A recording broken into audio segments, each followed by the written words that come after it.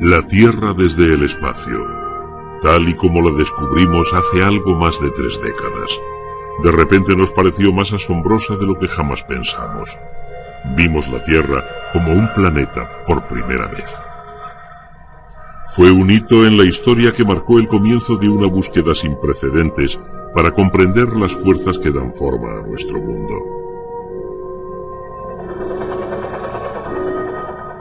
En los paisajes desolados de la Antártida, los científicos buscan fragmentos procedentes del espacio que les den una pista sobre los orígenes de la Tierra. Viajan hasta los volcanes de Hawái para extraer muestras de roca líquida que les desvele los misterios del interior de la Tierra. Un oceanógrafo vigila desde el espacio un mar mucho más turbulento de lo que jamás imaginamos. Modernos sumergibles traspasan la última frontera de la Tierra para descubrir nuevos y extraños mundos en las profundidades.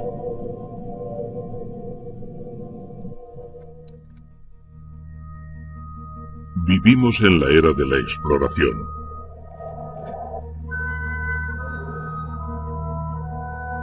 Ahora sabemos que la superficie de la Tierra está fragmentada y se mueve, y que los continentes recorren sin descanso el planeta.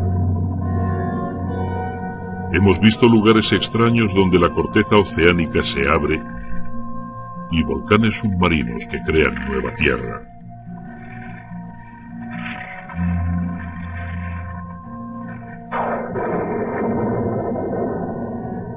Hemos descifrado la historia del clima, el misterio de las pasadas edades de hielo y aventuramos qué nos depara el futuro. Las sondas espaciales han descubierto una energía invisible pero increíblemente potente producida por el Sol, cuyo impacto comenzamos a entender.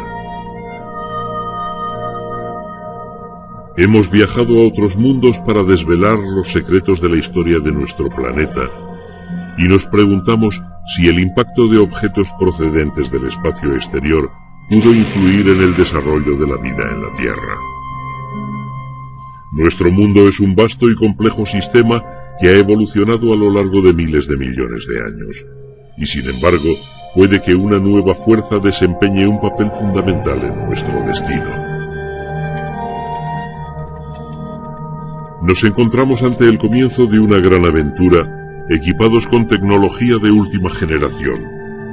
Desvelaremos los misterios de la Tierra para saber más sobre el planeta en el que vivimos.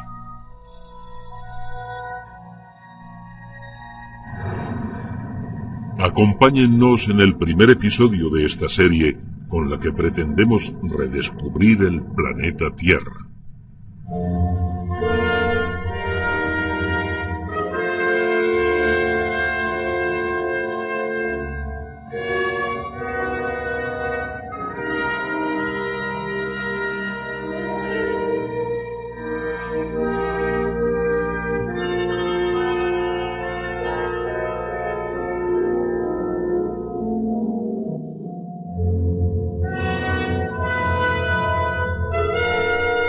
Una máquina viva.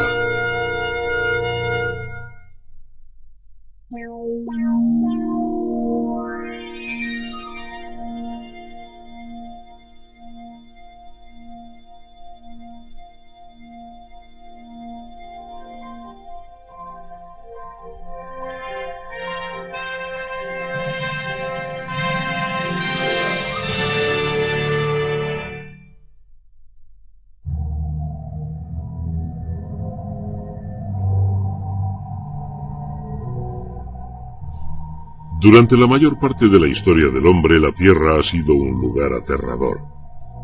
Paisajes extraños y tortuosos inspiraron el mito y la leyenda. En la isla de Hawái, en el Pacífico, los nativos creían que Pele, la diosa del volcán, convertía a los humanos en piedra. Los pueblos primitivos se maravillaban ante la magia de las fuerzas que los rodeaban.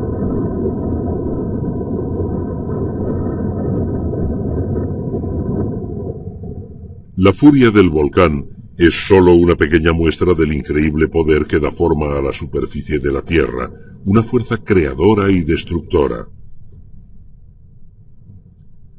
A mediados del siglo XX, la ciencia dio por fin una teoría global que explica las fuerzas que modelan la Tierra. Fue una revolución que se llamó la tectónica de placas. Placas porque descubrimos que la superficie rígida de la Tierra está dividida en placas que se mueven. Y tectónica, un término que procede del griego tecton, que significa construir. Con esta nueva visión, lo que antes eran montañas, mares y continentes inmutables, se convirtieron en manifestaciones efímeras de un ciclo continuo de creación y destrucción. Hoy, la exploración continúa. Hola, soy Pete Palmer. Hola, ¿qué tal? Encantado, creo que hoy vamos a tener un gran día. Sí, eso parece. Peter Palmer, miembro de la Sociedad Geológica Americana, nos lleva a uno de los laboratorios geográficos más impresionantes del mundo.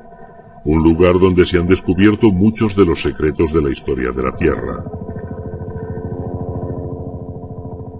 El Gran Cañón. 16 kilómetros de ancho, 400 de largo y 1,5 de profundidad. Pero lo más importante es que nos muestra una historia de grandes cambios a lo largo de un vasto periodo de tiempo. El río Colorado es como una ventana al pasado. Entre sus rocas hallamos las pruebas que hicieron de la geología una ciencia. Pruebas que demuestran que la historia de la Tierra es muy larga y que es fácil de comprender si conocemos las reglas. Las capas de roca son como las páginas de un libro.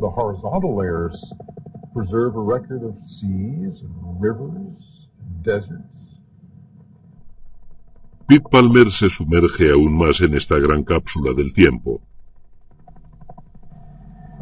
Las capas horizontales conservan un registro de mares, ríos y desiertos. Bajo las capas horizontales hay una serie de marcas inclinadas que nos indican la existencia de mares, ríos e incluso de algunos volcanes. Y debajo hay capas verticales que son las entrañas de un antiguo sistema montañoso. Los científicos pueden datar cada uno de estos mundos gracias a que los materiales radiactivos presentes en las rocas actúan como una especie de reloj. El cañón alberga la historia de 2000 millones de años en una Tierra que ha cambiado de rostro muchas veces. El Gran Cañón revela que la Tierra es vieja y dinámica. Con el tiempo, mundos enteros se han creado, destruido y vuelto a crear otra vez. Hace solo 2 siglos, estas ideas eran muy radicales. Su aceptación inició una gran revolución en la comprensión de la Tierra que continúa hoy en día. La revolución comenzó en Edimburgo, Escocia, hace 200 años. A finales de la década de 1790, la revolución industrial y las revoluciones políticas en Francia y Estados Unidos ejercían su influencia por todo el mundo. Este espíritu de cambio inspiró nuevas ideas en la ciencia. En el Génesis se explica que Dios creó la tierra y su superficie quedó modelada por un gran diluvio. Tras estudiar los datos que ofrecía la Biblia, un obispo llegó a la conclusión de que la tierra fue creada en el año 4004 a.C., un 26 de octubre a las 9 de la mañana. La Tierra tenía solo unos 6000 años.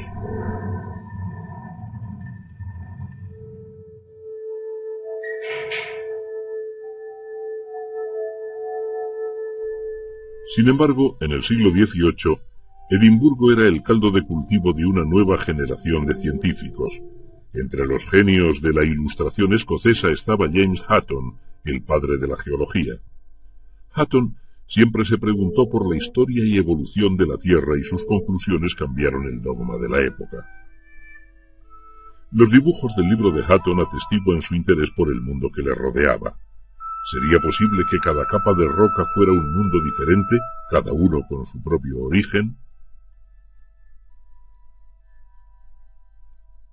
Hutton estudió las montañas escocesas en busca de pistas que revelaran cómo se formaron estos mundos.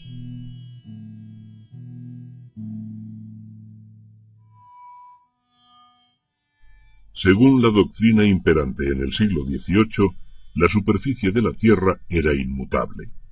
Sin embargo, los volcanes extinguidos que rodeaban Edimburgo convencieron a Hutton de que eso no era posible. Hutton pensaba que la superficie era dinámica y estaba en constante evolución debido a lo que él llamaba el gran motor de calor de la Tierra. Gordon Craig ostenta la cátedra James Hutton de Geología en la Universidad de Edimburgo. Aquí, en el antiguo volcán llamado Arthur's Seat y a lo largo de Salisbury Cracks, estudia las rocas que desvelaron a Hutton que la Tierra estaba viva.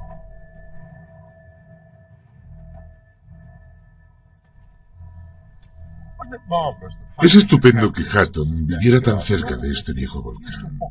Paseaba por aquí con su perro Missy. Las pruebas que le llevaron a formular su teoría sobre la Tierra se encuentran aquí, en las rocas que se superponen en esta pared. La teoría predominante a finales del siglo XVIII decía que todas las rocas se formaron debajo del agua. Pero Hutton no estaba de acuerdo. Él creía que esta roca en particular se formó dentro de otras ya existentes, a partir de roca derretida procedente de las profundidades de la Tierra. Sin embargo, para comprender la idea de Hutton de una Tierra dinámica, era necesario crear un concepto nuevo, el tiempo geológico. Hutton se preguntaba, ¿cuánto tiempo tarda una montaña en erosionarse por completo? Levantado en el año 200 después de Cristo por el ejército romano, el muro de Adriano se extiende de costa a costa a través del norte de Inglaterra. La erosión destruye sin descanso el paisaje, pero el muro de Adriano no ha cambiado mucho en 16 siglos. Hutton entonces pensó que las montañas tardarían millones de años en desgastarse, no solo siglos. Dedujo que la Tierra debía de ser mucho más vieja de lo que pensaban. La datación por radiactividad ahora nos dice que la edad de la Tierra es de 4.600 millones de años, 1 millón de veces más vieja de lo que se creía en tiempos de Hutton. Cuando una montaña se erosiona por completo por la acción del oleaje, lo que queda son capas de arena y barro. Aquí, en Siccar Point, Hutton encontró una zona con capas horizontales, pero debajo de estas había otras ligeramente inclinadas. ¿Qué fuerza pudo doblarlas de aquella manera? Gordon Craig nos lo explica. Este debió de ser uno de los lugares más interesantes que vio Hutton. Tenía 60 años. Probablemente fue su última excursión geológica y resultó fundamental para formular la esencia de su teoría sobre la Tierra. Aquí encontró estas rocas, que en otro tiempo fueron arena, barro y fondo marino. Vio que alguna fuerza incalculable las dobló y las levantó sobre el nivel del mar. Después se erosionaron y acabaron cubiertas con arena más joven. Esta operación cíclica de erosión y sedimentación de tierra que se desgasta y se crea es la esencia de su teoría de un planeta dinámico, tal como lo conocemos hoy. Al preguntar cómo se podrían haber formado esas capas verticales, Hutton dio un gran salto en la historia intelectual de la humanidad. Las rocas cuentan la historia de una Tierra antigua y dinámica, como él mismo dijo, sin pruebas de un comienzo ni perspectiva de un fin. Los 6.000 años calculados por los teólogos se convirtieron en un solo segundo en términos geológicos. Nuestro concepto de la Tierra jamás volvería a ser el mismo.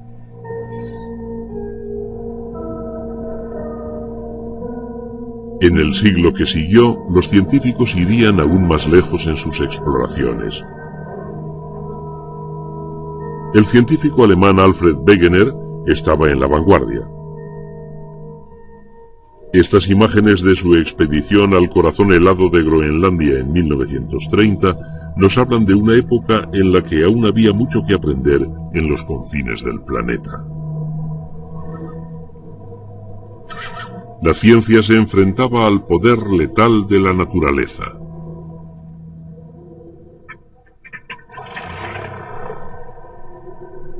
Estas rigurosas expediciones alimentarían la curiosidad de Wegener sobre la Tierra. Wegener dirigió muchos experimentos meteorológicos, pero le interesaba algo más que el clima. Le intrigaban los depósitos glaciales de los trópicos, que hubiera fósiles idénticos en continentes alejados miles de kilómetros y que montañas con la misma geología estuviesen separadas por vastos océanos.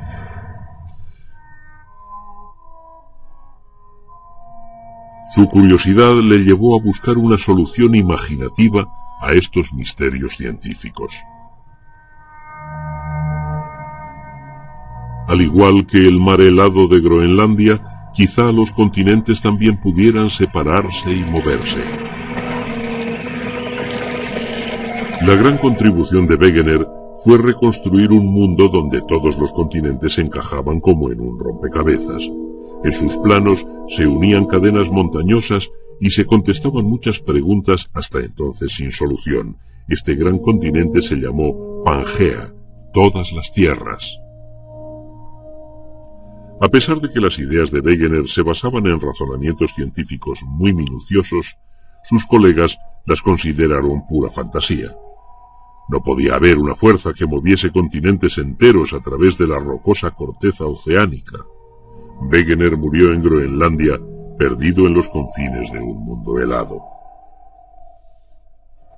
Sin embargo, su visión de los continentes en movimiento persiguió a la comunidad científica hasta que nuevos descubrimientos en el lecho marino dieron credibilidad a sus teorías.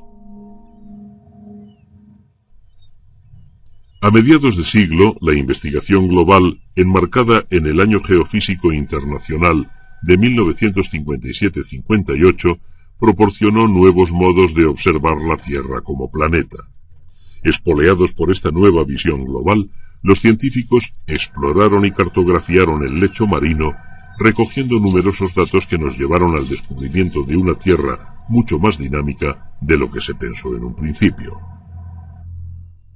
En medio del Atlántico se descubrió una cadena montañosa que reflejaba el contorno de las costas, con cimas de hasta 3.000 metros sobre el fondo marino. Estas montañas se extienden a lo largo de 73.000 kilómetros y atraviesan todo el globo como una gigantesca cicatriz. Las dorsales están surcadas por un valle central y sufren innumerables terremotos, pero ninguna teoría podía explicar entonces su existencia y lo que allí ocurría.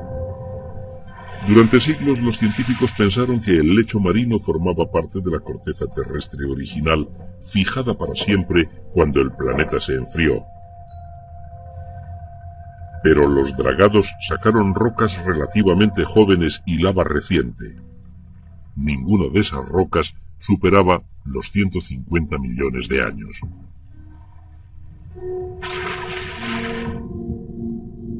La ciencia siguió buscando pruebas en el fondo del mar.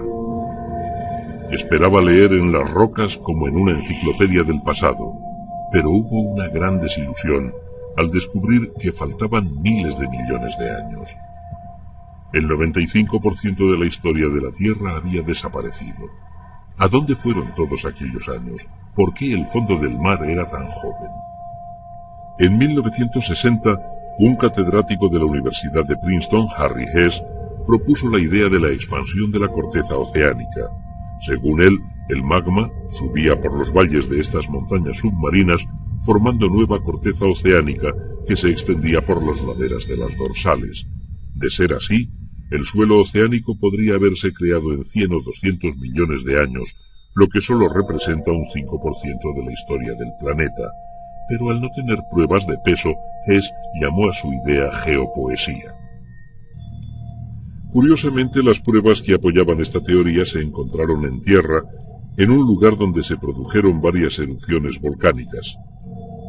Aquí, en el Valle Owens, en California, unos científicos que estudiaban otro misterio dieron sin saberlo con la forma de medir el crecimiento de la corteza oceánica. Cuando la lava se enfría, actúa como una brújula, solidificándose en la dirección del polo magnético. Pero en varias zonas del valle, estas brújulas señalaban al sur. ¿Qué significaba aquello? ¿Acaso las rocas cambiaron su magnetismo? O, más increíble aún, ¿era posible que el polo magnético de la Tierra hubiese cambiado de dirección?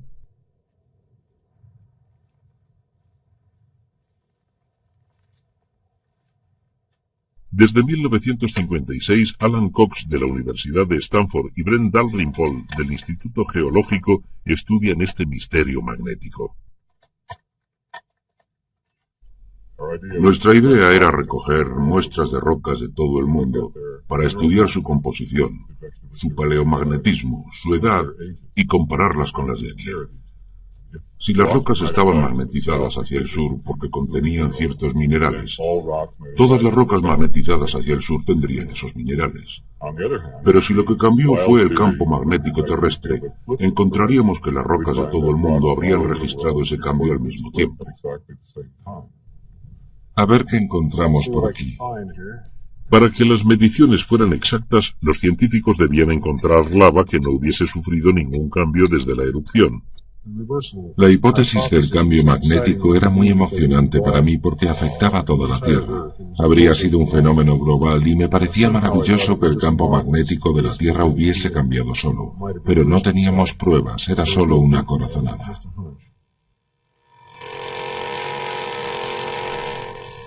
Se atraviesa la roca para obtener muestras de lava con una perforadora con punta de diamante. En el laboratorio las muestras se datan y se miden para determinar si están magnetizadas al norte o al sur. Antes de extraer la lava, Cox toma nota sobre su orientación utilizando una brújula que dirige a un punto de las cercanas montañas de Sierra Nevada. Tanta precisión es necesaria para determinar después con total exactitud la dirección magnética de la lava. Azimut 281. Este parece un buen lugar para colocar el sensor. La brújula de la lava aquí en Big Pine, California, reveló que el campo magnético de la Tierra cambió al sur hace 1 millón de años.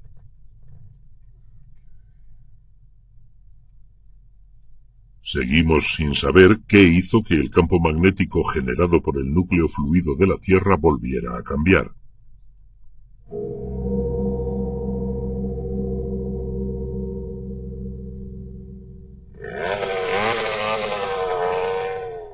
En los años siguientes, científicos de todo el mundo extrajeron y dataron cientos de muestras de lava. Descubrieron que las piedras de la misma edad, fueran de Alaska o África, registraban simultáneamente la misma orientación magnética. Se creó un modelo informático donde quedaron registrados todos los cambios magnéticos. En 1966, el equipo de Cox confirmó 9 cambios norte-sur en 4 millones de años.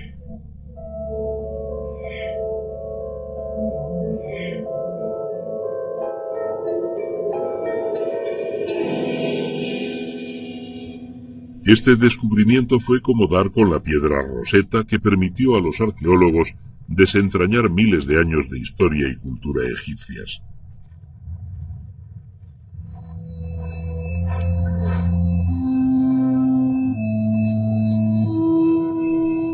Pero los geólogos que ayudaron a resolver el misterio de los cambios magnéticos no pensaron que esos cambios también podrían desvelar la rica historia de la Tierra.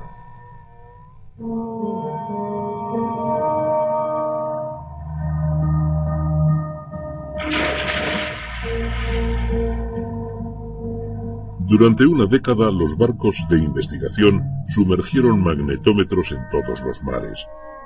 Aquí, sobre la dorsal atlántica, las lecturas revelaron unas pautas magnéticas extrañas y misteriosas. Nadie sabía lo que significaban. La clave para descifrar estas curiosas marcas llegaría de otro equipo de científicos de la histórica Universidad de Cambridge. Creo que la gente piensa que estas ideas se nos ocurren en el baño mientras nos afeitamos. Quizá le haya ocurrido a alguien. Frederick Vine, entonces un joven estudiante, colaboró con Drummond Matthews en un estudio magnético realizado por este en el Océano Índico. Fue en 1962. Sí, creo que fue en el 62. Sí. Lo trajiste solo unos meses después de haberme graduado y me lo diste para que lo interpretara. En un principio se pensaba que aquellas marcas se debían a acumulaciones de rocas magnéticas o no magnéticas presentes en el lecho marino, pero Vine y Matthews estudiaron los datos con cuidado y llegaron a una asombrosa conclusión. Aquellos extraños dibujos podrían ser una especie de registro solidificado en la corteza oceánica recién creada que reflejará el cambio del campo magnético de la Tierra en las épocas en las que apuntaba alternativamente al sur y luego al norte. En el fondo del mar emergen rocas calientes que se enfrían y se alejan de la fisura como si viajaran sobre una cinta transportadora. Vine y Matthews establecieron que el recién creado suelo marino, como los volcanes en tierra, guardan la dirección del campo magnético y dejan una marca a cada lado de la fisura. El hecho de que estas marcas magnéticas de la corteza oceánica coincidan raya a raya con los cambios magnéticos en la Tierra estableció el concepto de la expansión de la corteza oceánica y la velocidad a la que se separan las placas. Si Cox y Dalrymple habían descubierto la piedra roseta geológica, Vine y Matthews descifraron el código. En 1968, un barco especialmente equipado, el Glomar Challenger, zarpó en dirección al Atlántico Sur. Su misión era extraer muestras de rocas a los dos lados de la dorsal oceánica. Los análisis realizados y los fósiles encontrados demostraron que la corteza oceánica es más vieja cuanto más nos alejamos de la dorsal.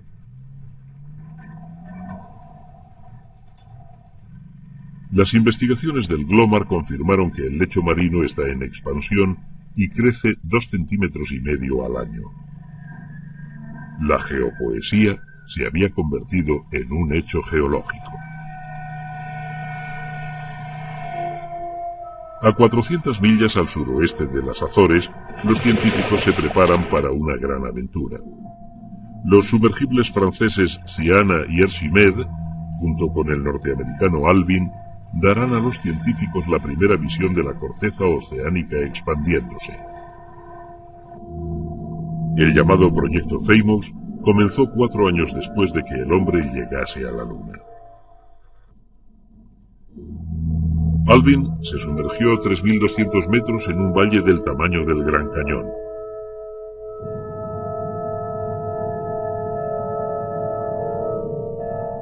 Los científicos filmaron las fallas oceánicas, la prueba de que las placas se separan.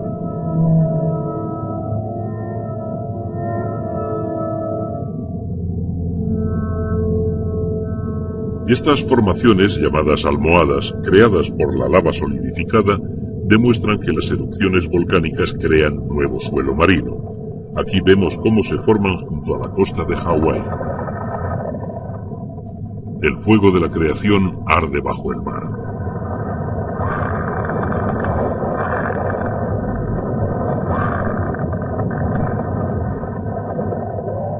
La lava y las rocas se enfrían tras alcanzar la superficie, formando la capa más exterior del planeta de unos 100 kilómetros de espesor, llamada litosfera.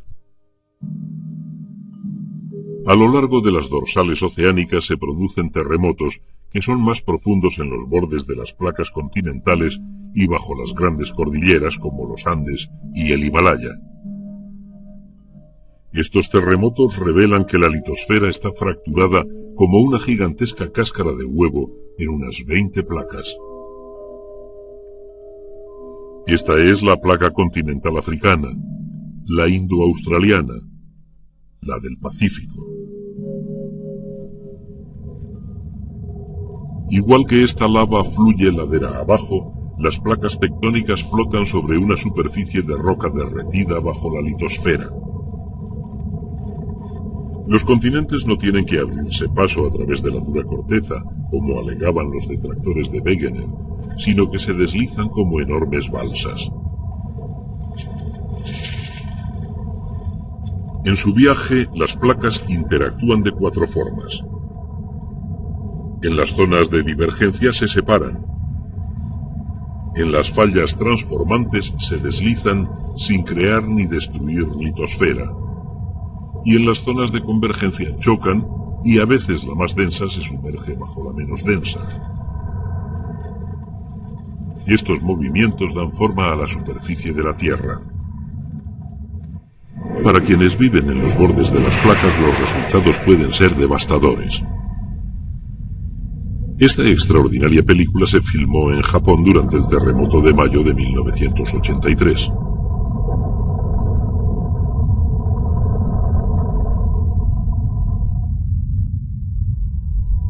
Sin embargo, el drama tectónico comienza en las fisuras de hasta 8 kilómetros de profundidad que rodean el Pacífico Occidental. Aquí, la placa del Pacífico, que se mueve hacia el oeste, se sumerge bajo Asia, iniciando así un complejo y violento viaje al interior de la Tierra, un proceso llamado subducción. Como resultado, Japón es uno de los lugares con más actividad sísmica de todo el mundo. Sus habitantes tienen que enfrentarse a unas fuerzas que los atacan sin previo aviso. Tokio, por ejemplo, ha sido devastado una vez cada siglo en los últimos 2000 años.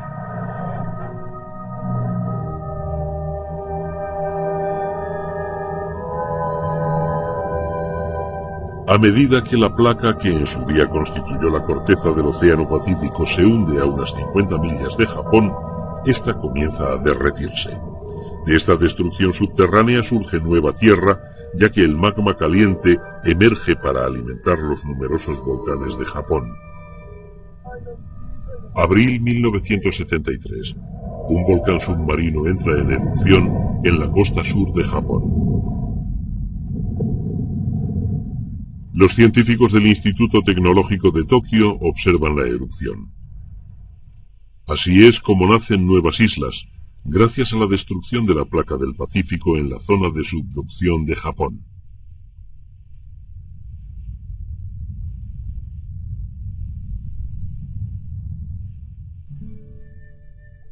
Japón también ha recibido el nombre de la Tierra de los Volcanes Activos. Su historia es la crónica de una tragedia. Sin embargo, parece que sus habitantes sepan que deben la existencia de su tierra a los volcanes.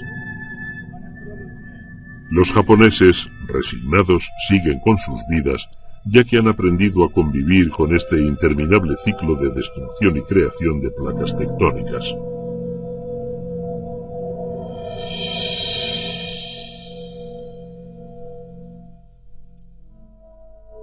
A lo largo de la costa sur de Asia se encuentra la India y la gran meseta tibetana, coronada por la cordillera del Himalaya. Aquí, a 8.000 metros de altura, los fósiles de antiguos animales marinos se conservan en las rocas. Nos cuentan la historia de otra zona fronteriza donde chocan dos continentes. Hace 40 millones de años la placa indo-australiana chocó con Asia y formó la cordillera del Himalaya. Las rocas que se encontraban al borde de la placa asiática fueron impulsadas hacia arriba. Aquí el antiguo continente isla se sumerge bajo Asia, creando la meseta tibetana, la masa terrestre más alta del mundo. Hoy el proceso continúa, empujando al monte Everest hacia arriba. Tan intensa es la colisión que a miles de kilómetros de la zona de subducción, el continente asiático se ve empujado como una gigantesca bola de nieve, creando poderosas fuerzas que pueden golpear sin aviso.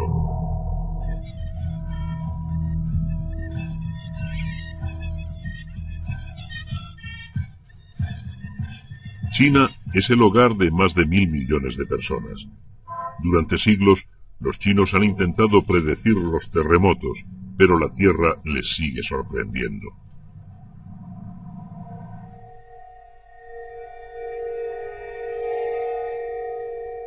Son imágenes de Tangshan, en el noreste de China, después del terremoto que sacudió a la ciudad la mañana del 28 de julio de 1976. Todos los edificios, en un área de 50 kilómetros cuadrados, quedaron destrozados por el temblor. Murieron 750.000 personas, el equivalente a la destrucción total de una ciudad como San Francisco. Fue el terremoto más destructivo del mundo en 400 años, provocado por las fuerzas que a más de 3.200 kilómetros conducen a la India bajo el continente asiático en el dramático baile de las placas tectónicas.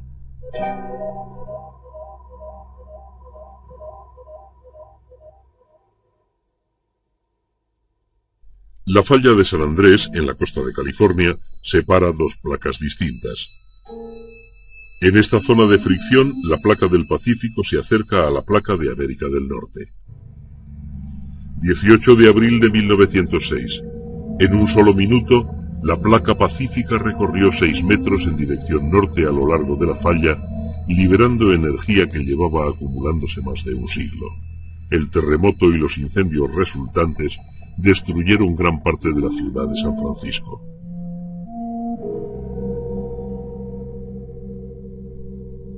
Hoy, la falla de San Andrés está entre las más estudiadas del mundo. Un avión de la NASA especialmente equipado nos permite ver algunos de sus rasgos más asombrosos desde el aire.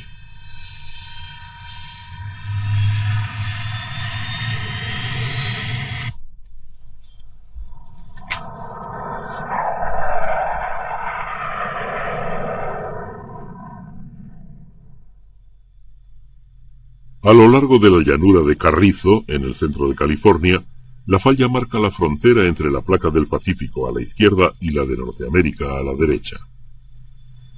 Aquí, como quizá en ningún otro lugar, la brecha que separa las dos placas es dramáticamente visible, la cicatriz de una gran lucha tectónica que enfrenta a ambas placas en una lucha titánica.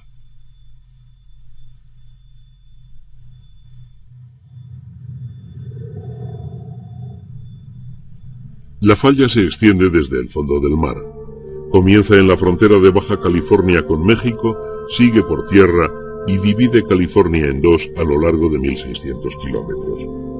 A pesar de lo que piensan muchos, California no desaparecerá bajo el Pacífico.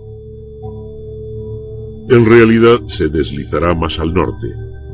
Dentro de 15 millones de años, Los Ángeles será un suburbio de San Francisco. Los Gigantes y los Dodgers podrían volver a ser equipos de la misma ciudad.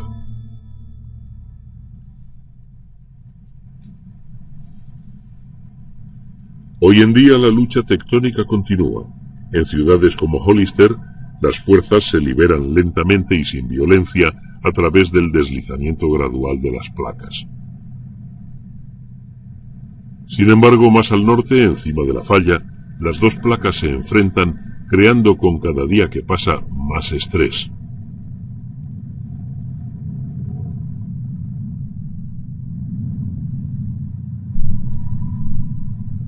La falla de San Andrés recorre toda la península de San Francisco hasta llegar al mar y luego rodea la costa californiana a lo largo de 300 millas.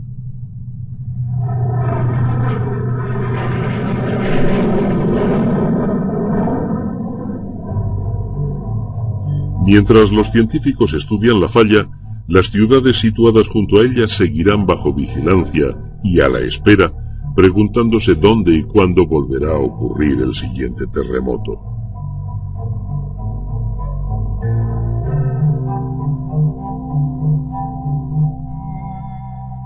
En el Instituto Tecnológico de California, los científicos utilizan un modelo informático del interior de la Tierra para comprender mejor las fuerzas que mantienen a las placas en constante movimiento.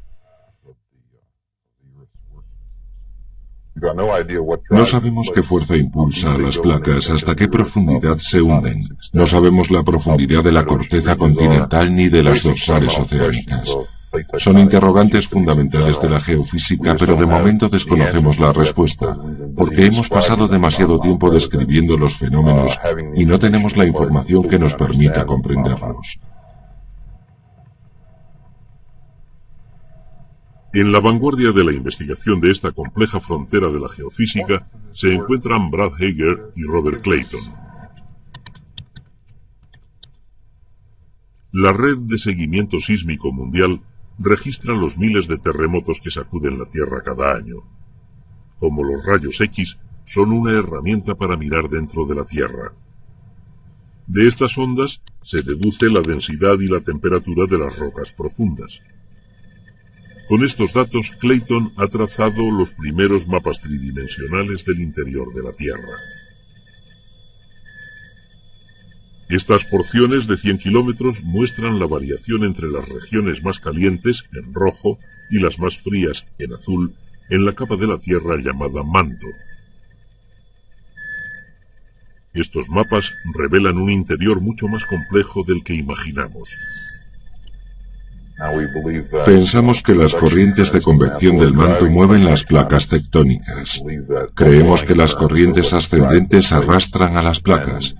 Y sabemos que cuando la litosfera oceánica envejece demasiado, se hunde de nuevo en el manto. No sabemos hasta qué profundidad llega. Se han propuesto varias teorías, pero hasta que reunamos más datos son solo teorías.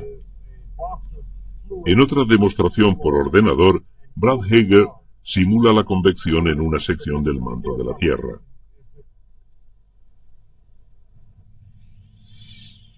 En este modelo, la roca del interior de la Tierra, empujada por el calor radiactivo, fluye como un líquido. Cada ciclo, que en el ordenador dura unos segundos, en realidad representa 500 millones de años dentro de la Tierra. La ciencia comienza a comprender la máquina de calor de Hutton, que reconstruye constantemente la superficie de la Tierra.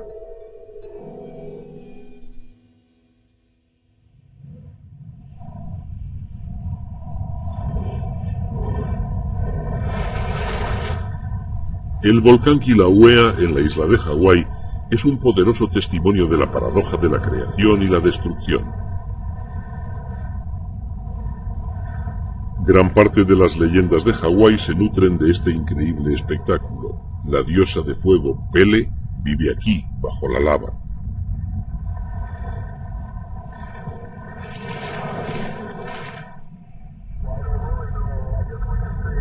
Sin embargo, para los científicos el volcán es una ventana al interior del planeta, como el Gran Cañón es un laboratorio geológico.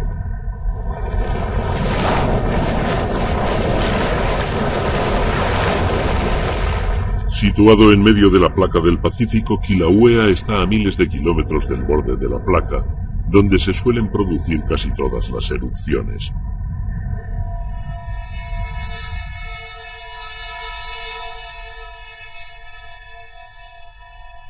Hawái es la isla más joven de un archipiélago de 2.500 millas, compuesto por islas volcánicas y montañas submarinas que se extienden hacia el oeste hasta la isla de Midway y al norte a lo largo de las montañas submarinas del Emperador. La geología nos dice que las islas son más antiguas cuanto más lejos están de Hawái. ¿Qué causó la formación de esta cadena de volcanes en mitad de la placa del Pacífico?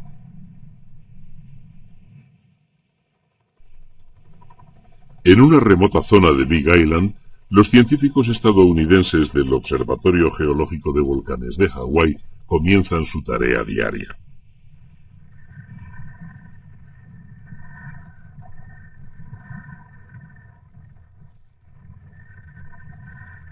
La lava del Kilauea nos cuenta una fascinante historia. Para desvelar sus misterios, los geólogos Ed Wolf y Tina Neal deben recoger una muestra de roca derretida mientras aún está caliente. ¿Tienes los guantes? ¿Me acercas el agua? Van bien equipados para este peligroso trabajo. En otra época bien podrían haber sido caballeros luchando contra demonios o dragones. 100, 300, 400, 450, 7. A veces siento miedo. Y el corazón se pone a 1000. Cuando llegué aquí pasé por varias fases. Al principio me entusiasmaba pasear junto a ríos de lava que tenían 2 horas.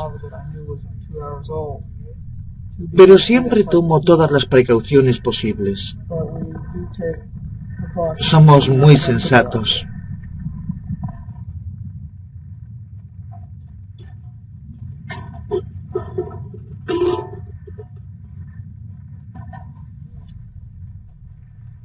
¿Puedes coger el guante de amianto, el blanco? ¿El blanco? Lo tienes detrás. El tiempo es crucial. Conforme la lava a 1100 grados se enfría, su composición química cambia. Se pierden muchos gases que contienen los secretos de su origen y composición. El agua enfría la lava, la cristaliza y congela su mensaje en el tiempo. Esto es lo más parecido al magma que los científicos pueden estudiar. A diferencia de los volcanes en los bordes de las placas, la lava del Kilauea contiene elementos primordiales de 2000 millones de años de edad.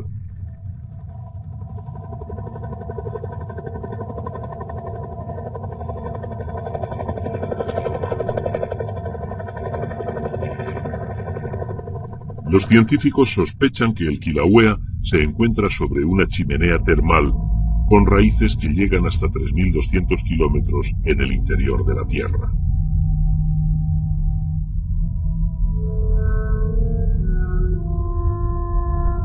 Los volcanes se forman cuando la placa se traslada sobre esta especie de chimenea que escupe roca derretida. De hecho, Hawái se mueve. A 19 millas al sur, un nuevo volcán se alza a 2.440 metros sobre el lecho marino, aunque aún le quedan 900 para alcanzar la superficie. Loihi será la próxima isla hawaiana de la larga cadena, una prueba más de la incansable deriva de la placa del Pacífico.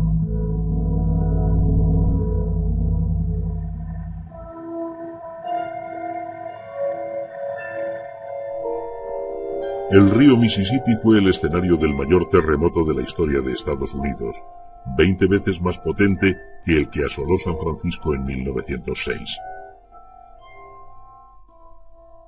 En el invierno de 1811 al 12, 3 terremotos cambiaron el curso del río y alteraron el paisaje en cientos de kilómetros. Los terremotos tuvieron su epicentro en el valle del Mississippi, cerca de la ciudad Nuevo Madrid, antes considerada como la puerta hacia el oeste. Hoy Nuevo Madrid es un pueblo tranquilo del medio oeste, pero en 1812 desapareció.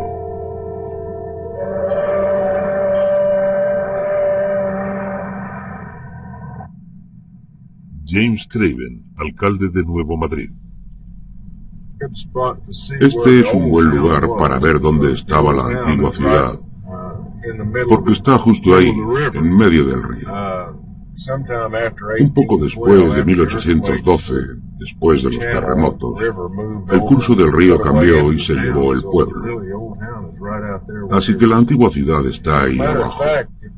De hecho, unos 8 kilómetros más allá, en línea recta, está el lago Reelfoot, y ese es el único vestigio que queda del terremoto. No hay fallas ni grandes grietas visibles para enseñar a la gente que llega preguntando por aquel terremoto. La única cosa que se les puede decir es que se queden por aquí una temporada y quizá experimenten uno en sus propias carnes.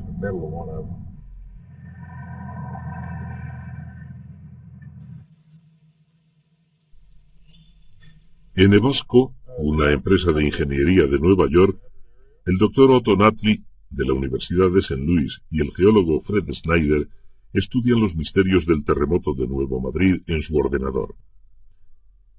¿Qué provocó aquel gran desastre a cientos de kilómetros del borde de la placa donde se produce la mayoría de los terremotos? Esta es la ciudad de Nuevo Madrid, cerca de Kentucky, junto al río Mississippi.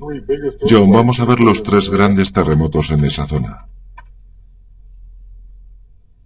Tenemos registrados más de 2000 terremotos en esta zona de 1974 a 1983 y los hemos introducido en el ordenador.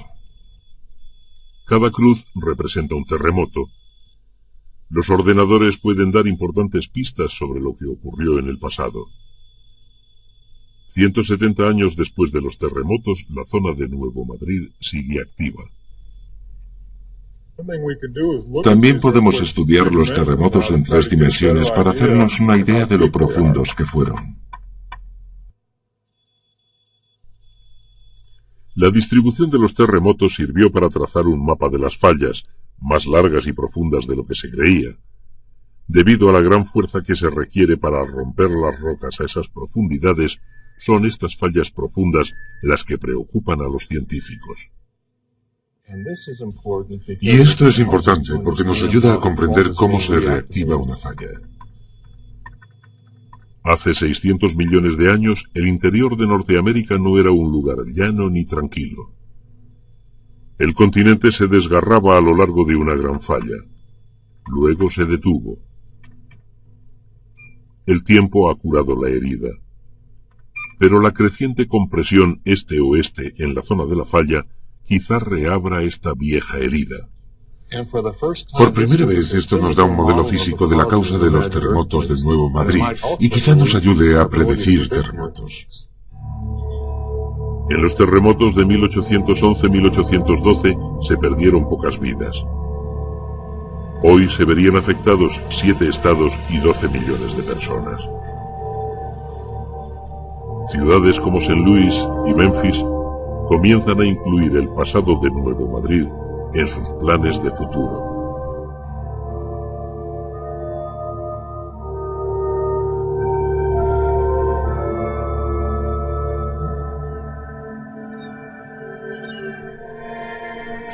En otro lugar, una nueva frontera de la tectónica de placas se enfrenta a la ciencia. El famoso Golden Gate une Marin Headlands con la ciudad de San Francisco. Para los turistas es un paso obligado, para los científicos es el puente hacia una tierra extranjera. Bonnie Murchie, David Howell y Davy Jones del Observatorio Geológico de Estados Unidos son los pioneros de una nueva teoría revolucionaria sobre la unión de los continentes llamada la tectónica de las microplacas. Al estudiar los fósiles marinos atrapados en las rocas de Marin Headlands, descubrieron que la ciudad de San Francisco había venido de otro lugar. Yo tenía un profesor de paleontología que decía: no chupéis jamás las piedras porque cogeréis una enfermedad horrible. Yo creo que ya la tenemos todos. En el mar viven unos organismos unicelulares muy primitivos llamados radiolarios. Como una miríada de plancton invisible, sus esqueletos se hunden cuando mueren y forman parte de las rocas sedimentarias.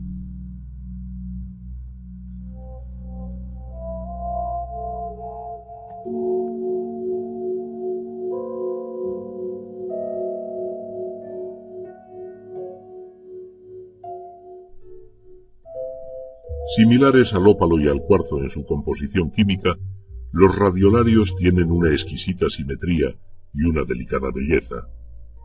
A veces se les compara con copos de nieve vivos.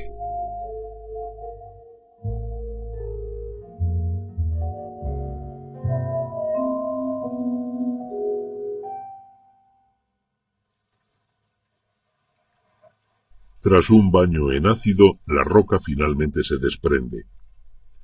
Las conchas más duras pueden por fin contar su historia, libres de las rocas que las han tenido presas durante 100 millones de años.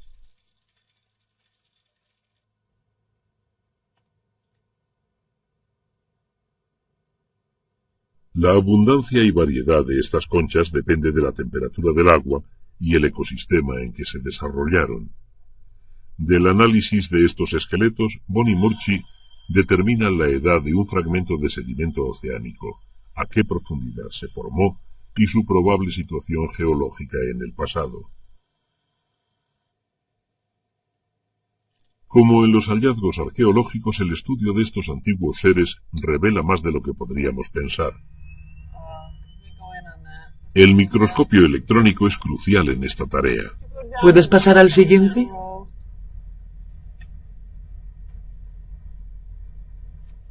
Muy bien, así.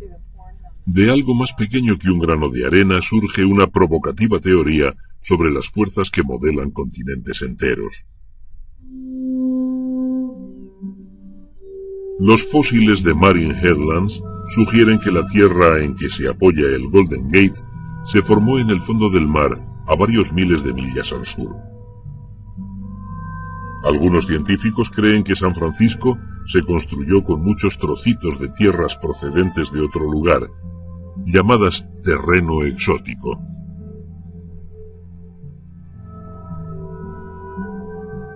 Si Marin Headlands llegó del fondo del mar, la isla de Alcatraz y la ciudad de San Francisco se formaron en los márgenes de otro continente, y Angel Island nació de una colisión en la zona de subducción. Ahora sabemos que la mayor parte del material de la península en realidad se formó en el océano y se unió a la costa del continente. Lo más emocionante es que en los 10 terrenos exóticos que hemos visto en la región de la Bahía de San Francisco, sus características también pueden aplicarse a otras zonas de todo el noroeste americano. Hemos descubierto hasta 200 terrenos exóticos que han hecho crecer el continente al menos un 25%.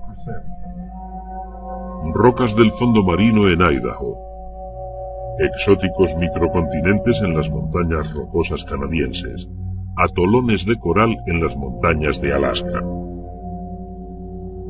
Y en el sur de Asia, nuevos descubrimientos revelan que otros grandes bloques precedieron a la India en su colisión con Asia. Un intrigante nuevo capítulo emerge en la historia de la tectónica de placas. Pero aún desconocemos de dónde proceden esos terrenos exóticos y cómo llegaron a donde están hoy.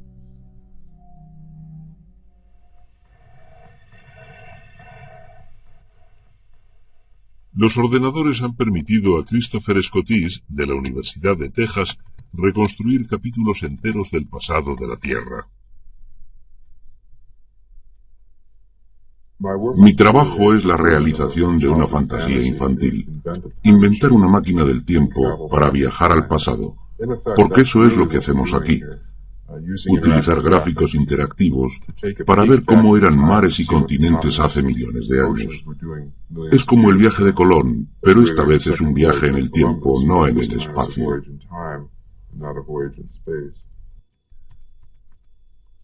Los datos geológicos sobre antiguas posiciones latitudinales se procesan para reconstruir los continentes. Hace 250 millones de años, el mundo estaba unido en una masa gigante de tierra llamada Pangea, como imaginó Alfred Wegener. África y Sudamérica encajan perfectamente. Norteamérica no, seguramente debido a que los terrenos exóticos han cambiado su forma desde entonces. Muchos misterios se resuelven al observar la posición de los continentes hace millones de años. Al rotar del Ecuador al Polo Sur, parece claro por qué hay pruebas de que hubo glaciares en el desierto del Sáhara. África en otro tiempo estuvo en la región polar, como la Antártida ahora. Creo que lo más importante que estamos aprendiendo con estos experimentos es que la tectónica de placas es un proceso global y afecta a otros procesos globales como el clima, la creación de montañas y posiblemente hasta la evolución.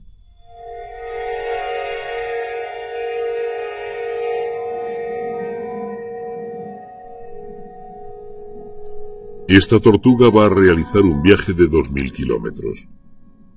Todos los años, las tortugas verdes nadan desde su hogar en la costa brasileña a un remoto lugar en medio del océano Atlántico. Su destino es una pequeña isla volcánica situada junto a la dorsal atlántica. La isla de Ascensión es el escenario de uno de los dramas más insólitos de la evolución.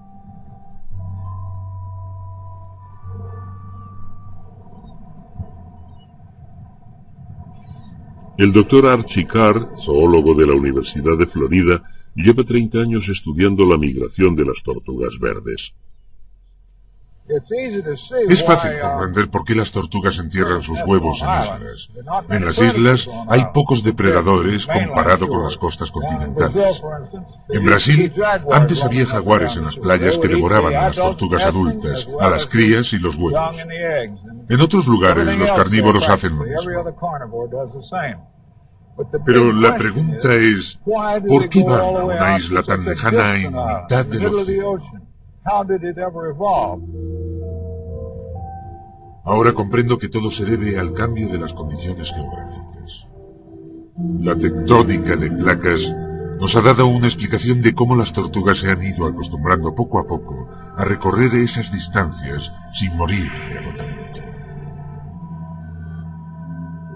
Cuando África y Sudamérica se separaron, emergió una sucesión de islas que luego desaparecieron conforme se alejaban de la dorsal atlántica.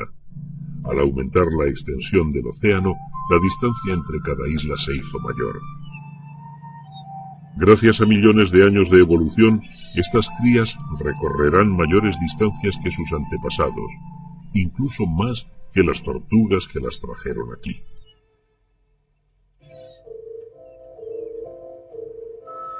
Si Archie Carr tiene razón, la tectónica de placas puede haber modelado el código genético de la tortuga verde.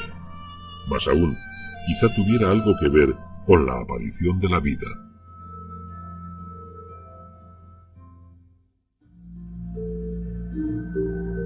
La búsqueda continúa para saber más sobre cómo el motor de calor de la Tierra mueve las placas en sus largos viajes por la superficie terrestre. Para descubrir la complejidad de la historia de la Tierra en las rocas.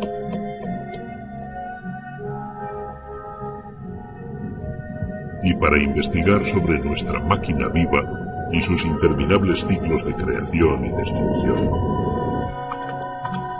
Los adelantos tecnológicos nos permitirán ver con otros ojos y redescubrir el planeta Tierra. Pero cuanto más sabemos, más queremos saber. Las palabras de Thomas Elliot amplían la paradoja científica. No cesaremos de explorar, y al final de toda nuestra investigación, habremos llegado al punto de partida y conoceremos el lugar por vez primera.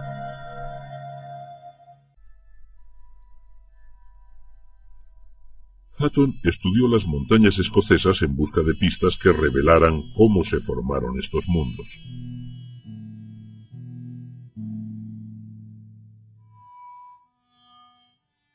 Según la doctrina imperante en el siglo XVIII, la superficie de la Tierra era inmutable. Sin embargo, los volcanes extinguidos que rodeaban Edimburgo convencieron a Hutton de que eso no era posible. Hutton pensaba que la superficie era dinámica y estaba en constante evolución debido a lo que él llamaba el gran motor de calor de la Tierra. Gordon Craig ostenta la cátedra James Hutton de Geología en la Universidad de Edimburgo. Aquí, en el antiguo volcán llamado Arthur's Seat y a lo largo de Salisbury Cracks, estudia las rocas que desvelaron a Hutton que la Tierra estaba viva.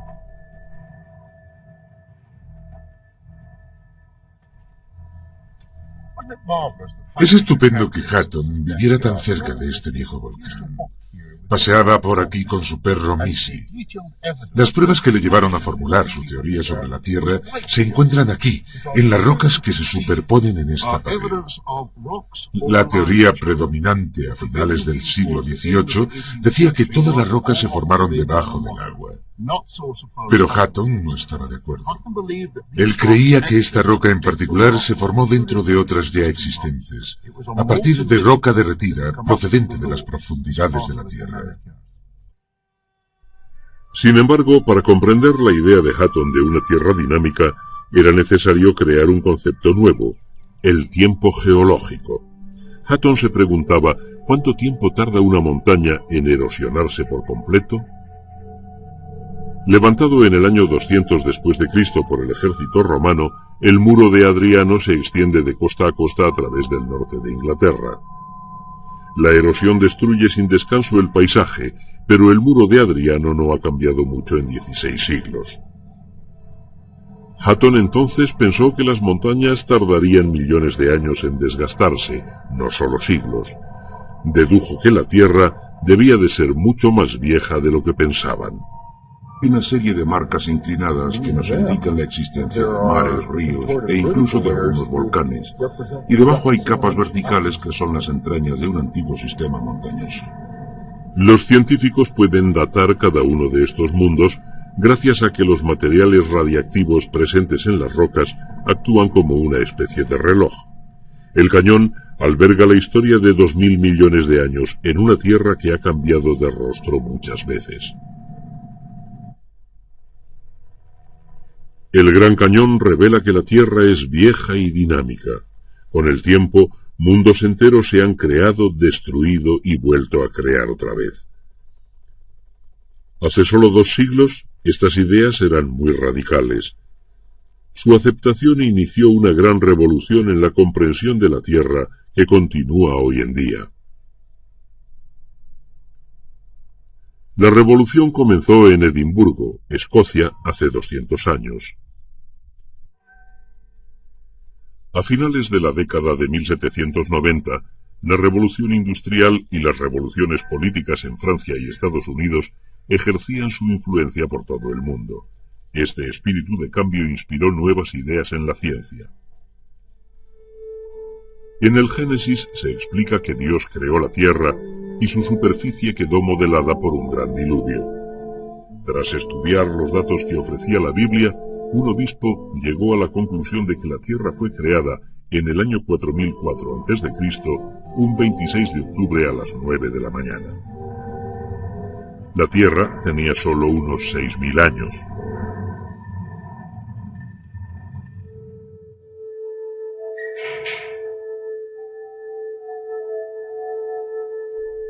Sin embargo, en el siglo XVIII, Edimburgo era el caldo de cultivo de una nueva generación de científicos.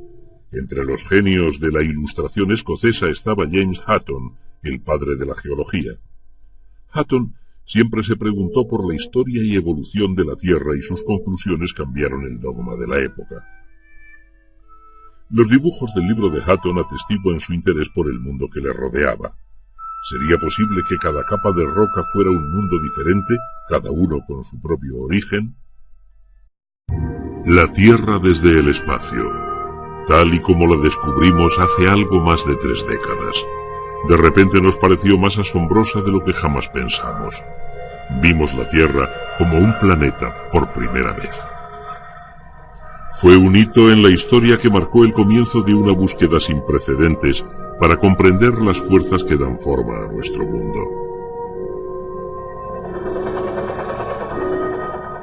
En los paisajes desolados de la Antártida, los científicos buscan fragmentos procedentes del espacio que les den una pista sobre los orígenes de la Tierra. Viajan hasta los volcanes de Hawái para extraer muestras de roca líquida que les desvele los misterios del interior de la Tierra. Un oceanógrafo vigila desde el espacio un mar mucho más turbulento de lo que jamás imaginamos.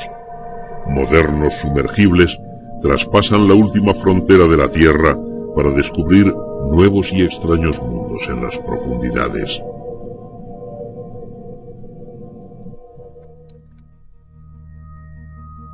Vivimos en la era de la exploración.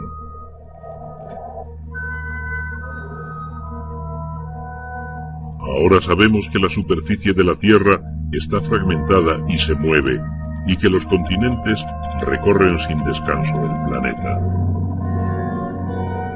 Hemos visto lugares extraños donde la corteza oceánica se abre y volcanes submarinos que crean nueva tierra.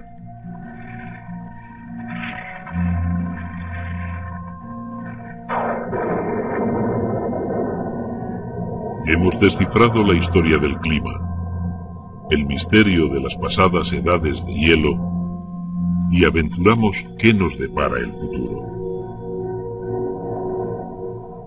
Las sondas espaciales han descubierto una energía invisible pero increíblemente potente producida por el Sol cuyo impacto comenzamos a entender.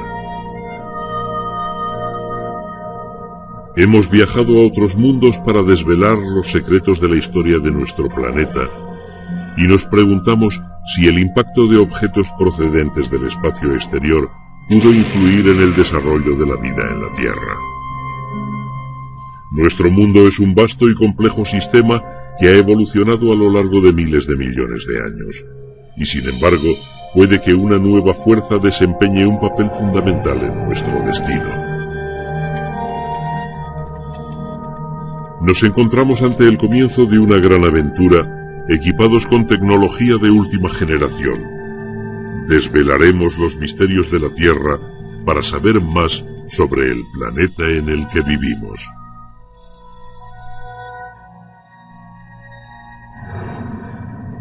Acompáñennos en el primer episodio de esta serie con la que pretendemos redescubrir el planeta Tierra.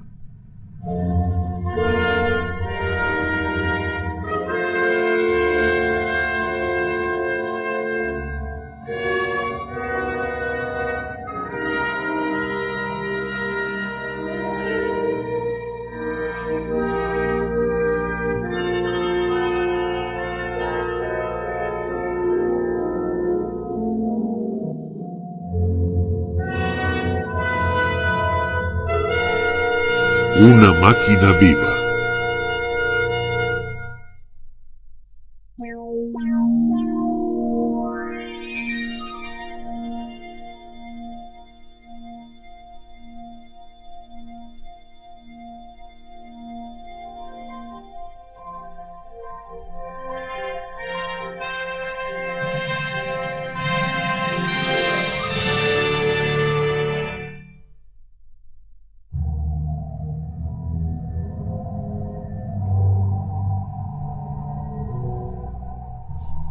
Durante la mayor parte de la historia del hombre, la Tierra ha sido un lugar aterrador.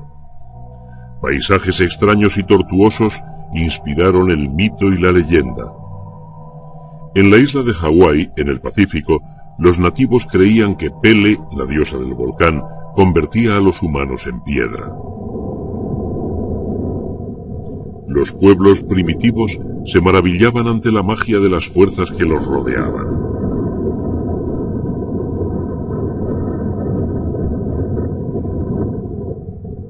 La furia del volcán es sólo una pequeña muestra del increíble poder que da forma a la superficie de la Tierra, una fuerza creadora y destructora.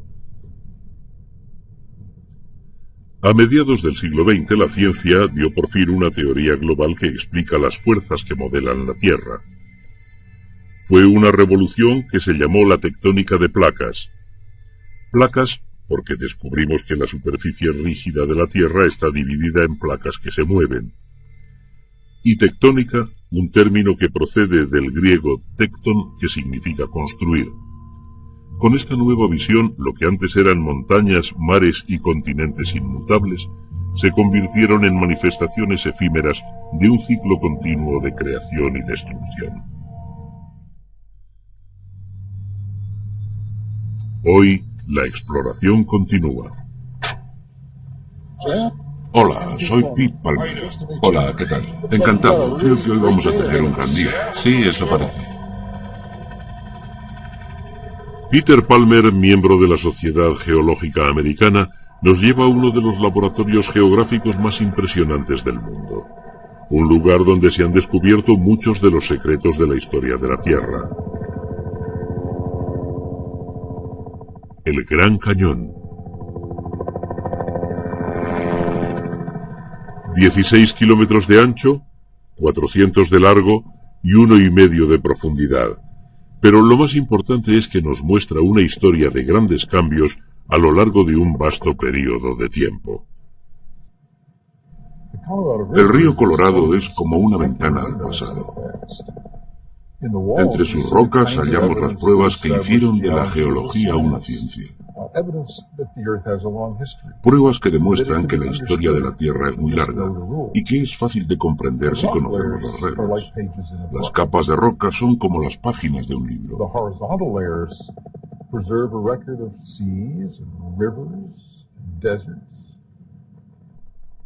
Pip Palmer se sumerge aún más en esta gran cápsula del tiempo. Las capas horizontales conservan un registro de mares, ríos y desiertos. Bajo las capas horizontales hay